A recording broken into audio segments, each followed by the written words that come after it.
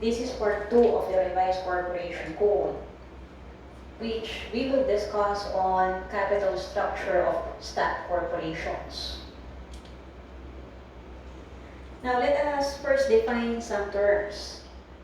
What is a capital stock? The capital stock is the amount stated in the articles of incorporation of a corporation divided into shares of stocks and made available for subscription. Now, the capital stock of a par value stock is called the authorized capital stock, while in the case of a no par value stock, it is called as stated capital. That is usually what we can see in the articles of incorporation is the term authorized capital stock. What is capital? The actual property or estate of a corporation, whether in property or in money, including surplus and undivided profits. The term capital is broader than that of a capital stock because this includes even surplus or undivided profits. Legal capital. Legal capital refers to the total par value of all issued par value shares or the total cash or consideration received for all issued no par value shares. Legal capital apply in both par as well as no par value shares. Stated capital. Stated capital refers to the capital with which a corporation whose shares are without par value commences its business and increase or diminish by subsequent capital transactions. Stated capital is a term used for no par value shares.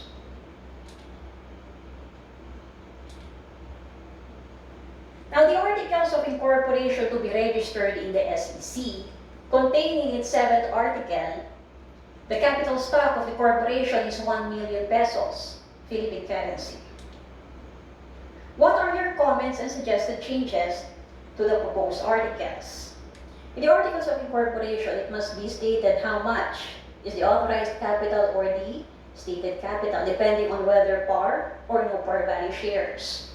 But aside from that, it must also state the number of shares, as well as the par value of each share or the issued value in case of no par value shares. Therefore, this is incomplete. If it is incomplete and it did not substantially comply with the requirements set forth for incorporation, it may cause the denial of our application for registration. Now, share of stock. A share of stock is a unit of capital stock representing the proportionate interest of its owner in the management, dividends, and assets on liquidation of the corporation. The share of stock will be the unit of the capital stock that each of the stockholder acquires or owns. How do we distinguish share of stock from that of a certificate of stock? A share of stock is actually an intangible personal property, but the evidence of ownership of share of stock of our shareholder is the certificate of stock. But also remember that it is only upon full payment of the subscription that the stockholder can require the corporation to issue certificate of stock. Distinguish common stock from preferred stock. As a rule, in the absence of any preferences provided for in the articles of incorporation, shares stand in equal footing, and shares are regarded as common shares. Now, preferred stock enjoys certain privileges or preferences. It may be preference as to assets or preference as to dividends. Par value share vis-a-vis no par value share. Par value shares, the subscription or issue value of the share is fixed by the articles of incorporation, at which amount all such shares are issued by the corporation. That means the par value of each share, if that is par value shares, the amount is already fixed in the articles of incorporation, unlike no par value shares that the amount may vary from time to time. No par value shares gives to the corporation a leeway to fix different issue values every time the shares are allowed to be issued. The issue value for the shares of the corporation may therefore vary at every issue of the stock by the corporation. How do we fix no par value shares? The value of no par value shares. The price at which no par value shares may be issued may be fixed in the articles of incorporation. How come that now we need, there's some sort of variation, but it is still fixed in the articles of incorporation. Of course, from time to time, this can be amended. Or by the board of directors pursuant to authority conferred upon it by the articles of incorporation or the bylaws. Or in the absence thereof by the stockholders at a meeting duly called for the purpose representing at least a majority of the outstanding capital stock. There are three ways on how to fix the issue value of no par value shares. First, stated in the articles of incorporation or by the board of directors, upon the authority conferred in the bylaws, or by the stockholders representing majority of the outstanding capital stock. Now, for the voting requirements, we do have a code for this that you need to memorize. And this is also included in that presentation. Now, there are certain businesses or ventures that cannot issue no par value shares. The following private corporations may not issue no par value shares. Our code for this is B2. B stands for banks, building and loan associations.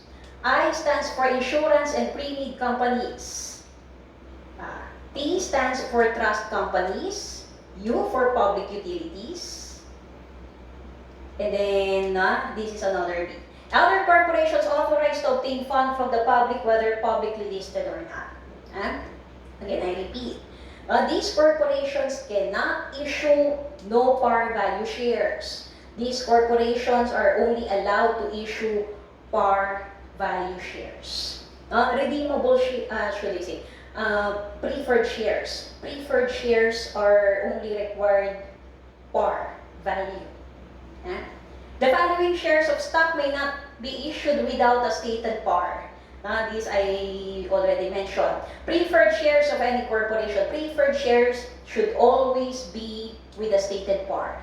And the shares issued by the above corporations, banks, building and loan associations, trust companies, insurance.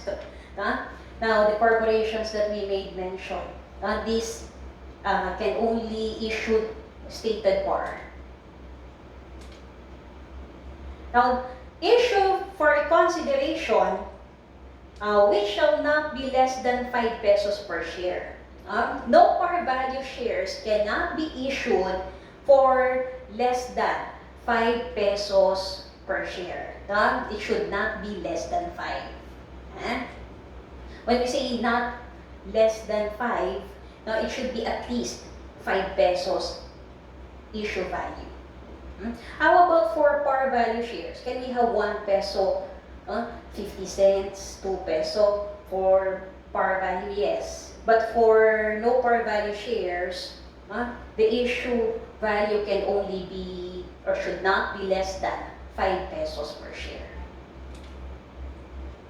Now, the issued shares shall be deemed fully paid and non-assessable. That means, as a point of comparison between a par and a no par, in par value, there is a possibility for unpaid subscription.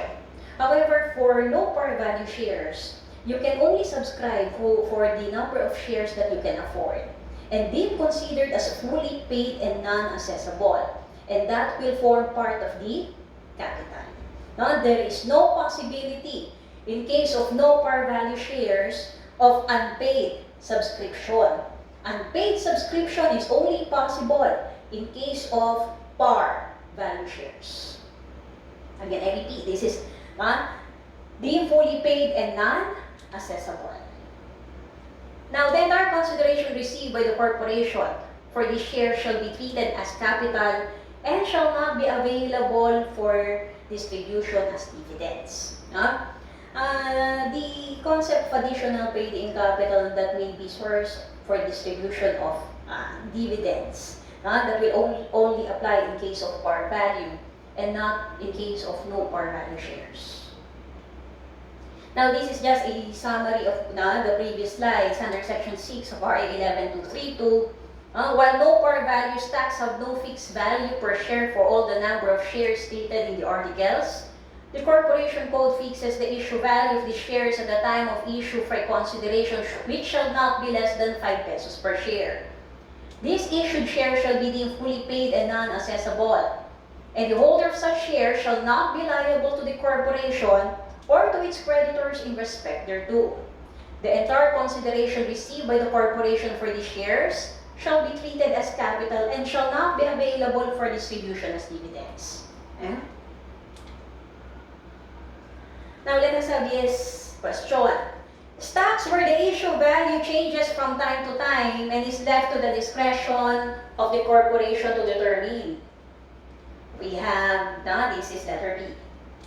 No par value stocks. Which of the following statements pertaining to no par shares is incorrect? Which of the following is false? Letter A. Subscriptions to no par are deemed fully paid and non-assessable. That is true. Shares without par value may not be issued for a consideration of less than 5 pesos per share. No par. That is also true. No par shares may not be issued by banks, trust companies, insurance companies, public utilities, and building and loan associations. This is also true. Subscriptions to no par shares in excess of the issued price shall be available for distribution as stock dividends. This is only possible in case of additional paid-in capital.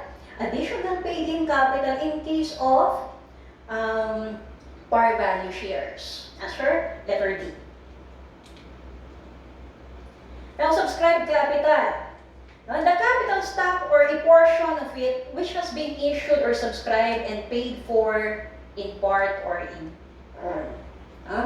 Now, if we have the authorized capital stock or the stated capital, that will be offered those who will subscribe, the stockholders, shareholders who would like to acquire directly from the corporation, that is subscription.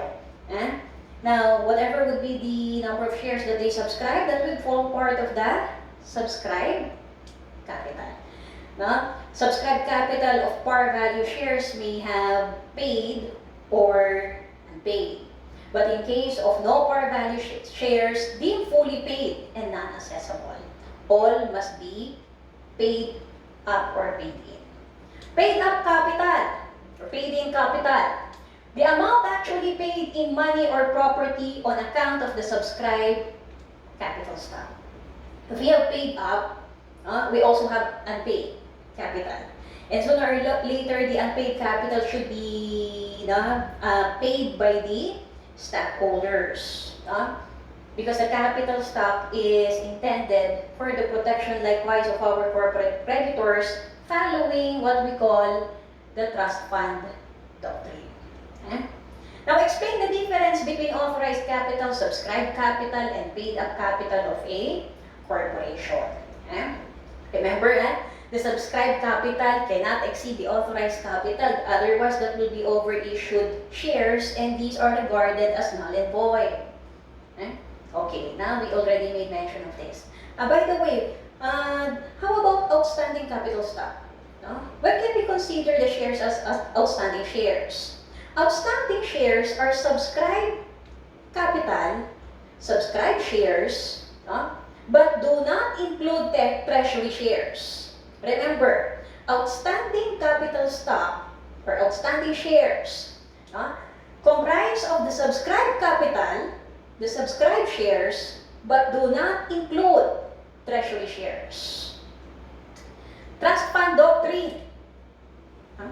The capital stock is held in trust for the benefit of our corporate creditors. As simple as that. What is this trust fund doctrine? the principal which considers subscribed capital stock as a trust fund for the payment of the debts of the corporation, and to which creditors have a right to look up to for the satisfaction of their credits. Hence, the corporation cannot dissipate it to the prejudice of its creditors. Whether it be par, no par, whatever would be the classification of shares, the capital stock that should be reserved. And it should not be subject of any diminish. If there would be unpaid subscription, the stockholders are still required to pay their obligation on the said unpaid shares. 3 instances where a corporation is allowed to distribute its capital. Amendment of the Articles of Incorporation to reduce the authorized capital stock. Of course, if you amend reducing the authorized capital stock, it's either you increase or decrease the authorized capital stock. Corporation is allowed to buy back its shares. Purchase of redeemable shares by the corporation regardless of the existence of unrestricted retained earnings. There are only 2 instances in the corporation law wherein the corporation can buy back or repurchase its shares even without the existence of unrestricted retained earnings. Because the general rule, if the corporation will reacquire its shares, there must be unrestricted retained earnings, except in 2 cases. That is in case of purchase of redeemable shares and in case of deadlock. To break the deadlock as ordered by the Securities and Exchange Commission under Section 103 of the Revised Corporation Code. Dissolution and eventual liquidation of the corporation. And then we have liquidation of liquidation dividends, whatever would be the remaining assets after paying off the liabilities that will be distributed to the stockholders. Now, for our reference, the following cases. Now, let us have this problem. A subscribed to 100 shares of stock of Corporation X with par value of 100 pesos each, paying 1,500 on his subscription. Subsequently, A asked B, the president of the corporation, to release him from his subscription. B consented provided that A forfeits to the company what he had already paid. A agreed and B gave him a certificate of release.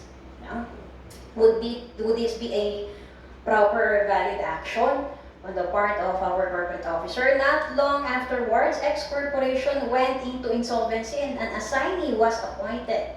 The assignee now seeks to collect from A the unpaid balance of his subscription. Decide the dispute with reasons. Would the certificate of release issued by the corporation be binding as against third persons or corporate creditors? Of course, our answer is no. Because that will be violative of our rule, which is the trust fund doctrine. That the capital stock, this is intended as a reserve or held in trust for the payment of the corporate liabilities. Next problem. After 5 years of operation, P Inc. became insolvent. Corporate creditors brought suit against both the corporation and its stockholders. Against the latter, that means the stockholders, on the ground that all of them had accounts remaining unpaid on their subscriptions to the capital stock. Will the cause of action in favor of the corporate creditors lie as against the stockholders for their unpaid subscriptions?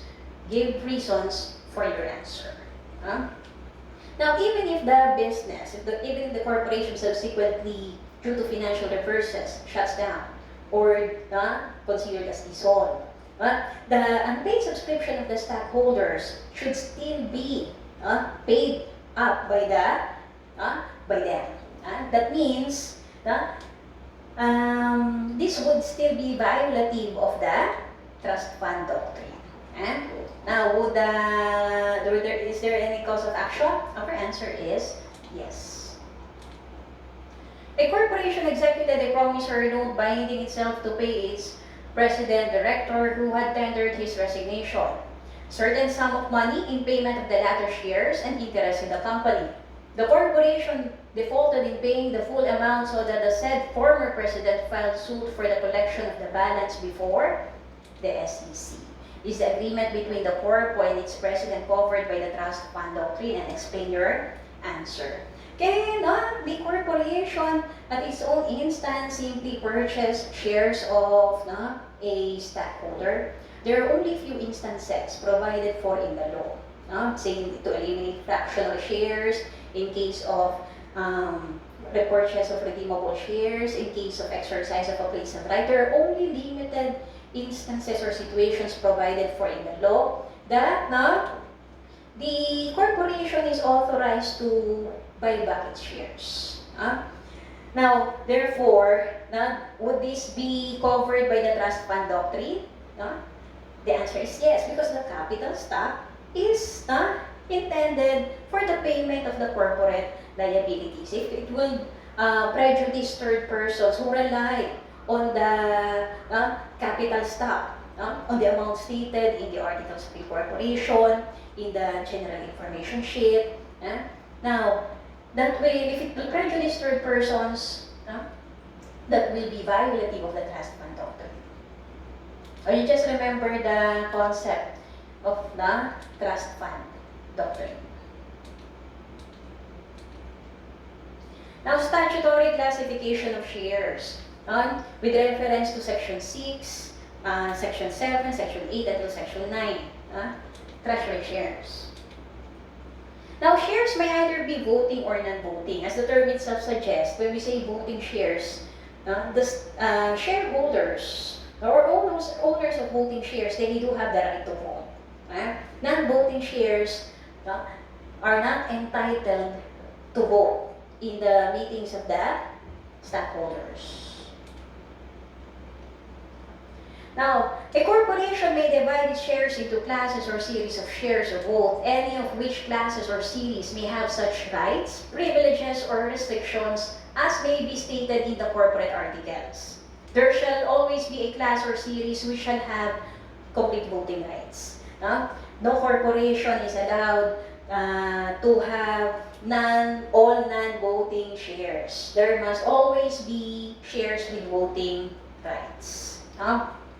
What are some of the voting shares? Founder shares. Founder shares. Founder shares. If say that you are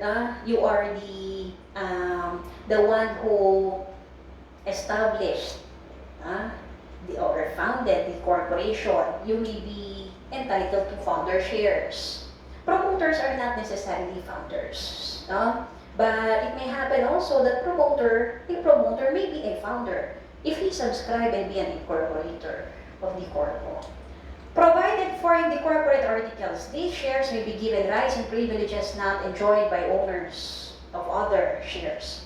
Where, however, the exclusive right to vote and be voted for in the election of directors is granted, said right cannot exceed 5 years.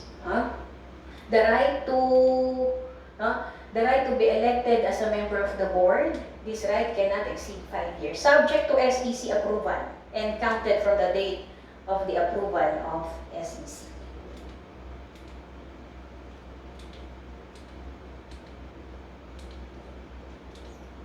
Non-voting shares.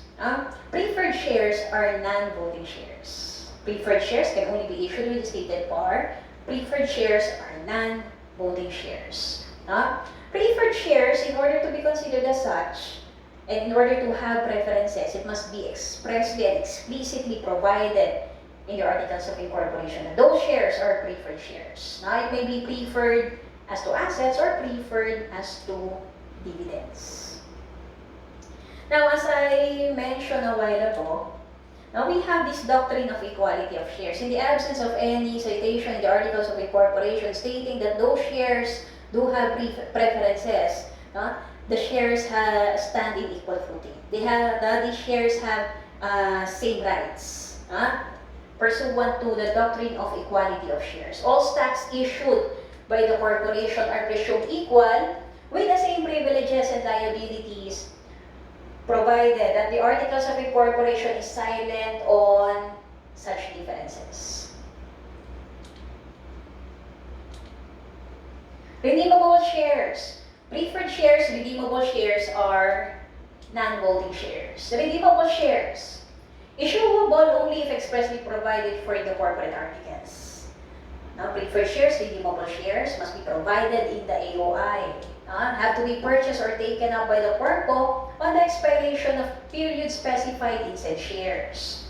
The purchase takes place whether or not the corporation has unrestricted retained earnings when the expiration date expires. Redeemable shares can be purchased by the corpo, can be reacquired by the corpo even without unrestricted retained earnings. Now, a corporation may acquire its own share for a legitimate purpose provided it has unrestricted retained earnings. In which of the following acquisitions is the requirement of unrestricted retained earnings not imposed? As a rule, if the corpo will acquire shares, it should have unrestricted retained earnings. Ma'am, what is this unrestricted retained earnings? Surplus profits. Whatever will be the profits derived by the corporation, it will be accounted for and accounted for as part of this what we call retained earnings. And that will be the source of dividends likewise. Without any unrestricted retained earnings, there would be no declaration of dividends. And the corpo cannot reacquire shares if there is no unrestricted retained earnings. Now, answer in case of redeemable shares. When the acquisition is made to eliminate fractional shares required to have URE, delinquent shares in case of delinquency sale required to have URE, in case of appraisal right, required to have URE. Now, this we will still discuss in a separate presentation. This is letter C. Another non-voting shares. Again, founder shares, voting. As a rule, voting shares. Now, we have preference shares or preferred shares, redeemable shares, treasury shares, non-voting. Now, treasury stocks. Stocks previously issued by the corpo, fully paid for and reacquired by it by lawful means, either by purchase, donation, or for feature in case of delinquency sale. Treasury shares are already subscribed but subsequently reacquired by the corpo. It will be held in treasury. And that is the reason why it does not, these shares do not have voting rights. And non-outstanding shares exclude treasury shares. Stocks already issued and fully paid but subsequently reacquired by the corpo through legal means. This is letter B, treasury shares. One of the characteristics of treasury shares is that they have the status of outstanding. No, outstanding shares exclude treasury shares. They may not be reissued or sold again. It can still be reissued or sold again. They may participate neither in dividends nor in the meetings. Yes, entitled to voting rights. Our answer, letter C. These do not form part of the outstanding capital stock treasury shares.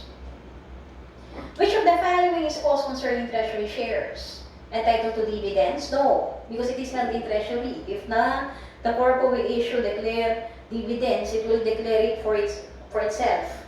Not entitled to dividends. They have no voting right. Correct. They may be disposed of for a price lower than the par value, provided such price is reasonable. Yes, treasury shares can be issued for lower than the par value. But the rule is that shares of stock must be issued with only it may be in excess or within the amount of the par value or the stated value. Otherwise, if there is no consideration or lack of consideration, the shares will be considered as watered stock. And those who authorize the issuance of watered stock will be liable to the corpo. Are not outstanding shares, which is false. Letter E. A distribution of treasury shares as dividends will result in taxation. In cash, we have distinction between cash and stock dividend. Cash dividend as a cash property dividend as a rule that is taxable. Stock dividend, non-taxable, or is exempt. Now, if the corpo issue or distribute treasury shares as dividend, how do we classify that? Property. It is not stock dividend, but property dividend. Now, I would like you to memorize this section 6. As a rule, non-voting shares are not entitled to vote. But there are instances provided for in the law that non-voting shares may vote. Voting rights exercisable by owners of non-voting shares. You should memorize this because this is a usual question. What are those instances? My code for this is MIDAS. M, 3 I's, D, A, and S. MIDAS. Now let us see the enumeration. Amendment of the Articles of Incorporation class. Adoption and amendment of bylaws. Sale or other disposition of all or substantially all of the corporate property. Incurring, creating, or increasing bonded indebtedness. Increase or decrease of capital stock. Merger consolidation. Merger consolidation with other corporations. Investment of funds in another corporation or for a different purpose, and corporate dissolution. It is very hard to memorize. But our code, let us have our code, MIDAS. M stands for merger consolidation. I, increase or decrease of capital stock. I, incurring bonded indebtedness. And then I, investment of corporate funds in another business. D for dissolution. A, amendment of the Articles of Incorporation. A, adoption and amendment of bylaws. And S, sale, lease, exchange, mortgage, or disposition of all or substantially all of the corporate property. Memorize that. MIDAS. These are the instances where non-voting shares are entitled to vote. And this code, we will also use this when we go to voting rights of the majority board of the BOD or board of trustees, with the concurrence of stockholders representing 2/3 of the outstanding capital stock, because this MIDAS with additional E would also require such voting requirement. One of the following does not have voting rights, except does not have voting rights, except preferred shares does not have voting rights, do not have voting rights. Redeemable shares, treasury shares, except common shares. In 3 of the following instances, shares with or without voting rights can be voted. Except, what is our code? MIDAS. Merger consolidation, M. Increase or decrease included. Dissolution included. Election of directors. It is not included in MIDAS. Therefore, our answer, letter C. A non-voting stock may vote in the following corporate acts, except in case of non-voting may vote except. Remember our code, MIDAS. A, approval of compensation, is that included? Amendment of the articles, adoption, amendment of bylaws, merger, consolidation included, increase or decrease in capital stock included, sale, lease included. Our answer, letter A, approval of the compensation of directors. Then we also have this promotion stock. In some textbook, this is not included. Now, promotion stock. Stock issued by the corporation, usually a mining. To whom? To owners of the mining ground deeded to the corpo, or promoters and other persons for services rendered before incorporation. A promotion stock also have some sort of privileges. Escrow stock. Now, when we say escrow, it is subject to some conditions or contingency. That it is only upon happening or fulfillment or compliance with a said condition that it will be given to you, whatever would be the agreement. Escrow stock. Stock deposited with third person to be delivered to the stockholder or his assigns after complying with certain conditions. Usually the payment of the full subscription price. Now remember, once you subscribe to shares, you are entitled to all the rights pertinent to the said shares, except the right to issuance of the certificate of stock. Overissued stock. Stock issued in excess of the authorized amount or number of shares of the capital stock. And this is null and void. If we have authorized or stated capital stock and the corporation issued shares above what is provided for, then that would be overissued. Issuances will be considered as null and void. Watered stock. Now, stock issued by the corporation gratuitously, that means without any consideration, for money or property less than par, or for service less than par, or in the form of dividends when no unrestricted retained earnings exist. Now, whoever allow the issuance of watered stock will be liable to the corporation because the issuance of watered stock is not allowed or prohibited by law.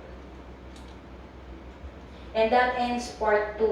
Now for part 3, we will be discussing on subscription contract.